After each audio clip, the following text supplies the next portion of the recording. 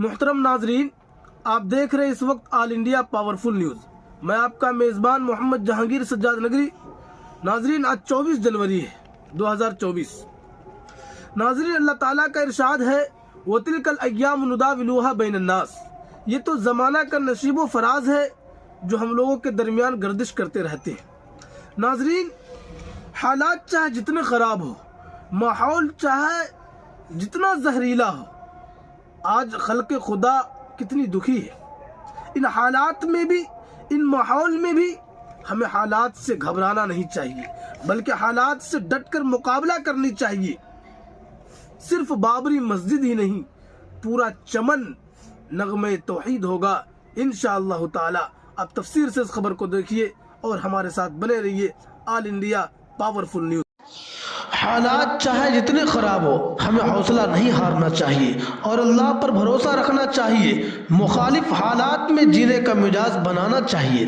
حالات ہمیشہ یکساں نہیں رہتے۔ اللہ تعالیٰ قرآن مجید میں ارشاد فرماتا ہے وَتِلْكَ الْأَيَّامُ نُدَاوِلُوهَا بَيْنَ النَّاسِ۔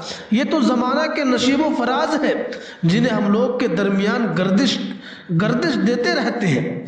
لہٰذا ہمیں نہ مایوس ہونا چاہیے اور نہ حالات کے آگے سپر ہونا چاہیے۔ ہمارے سامنے استنبول کی آیا صوفیہ مسجد کی مثال اس آیت کی منہ بولتی تصویر ہے۔ میں مسلمانان ہند سے اپیل کرتا ہوں کہ سپریم کورٹ کے فیصلہ اور مسجد کی زمین پر مندر کی تعمیر سے ہرگز بھی دل برداشتہ نہ ہو۔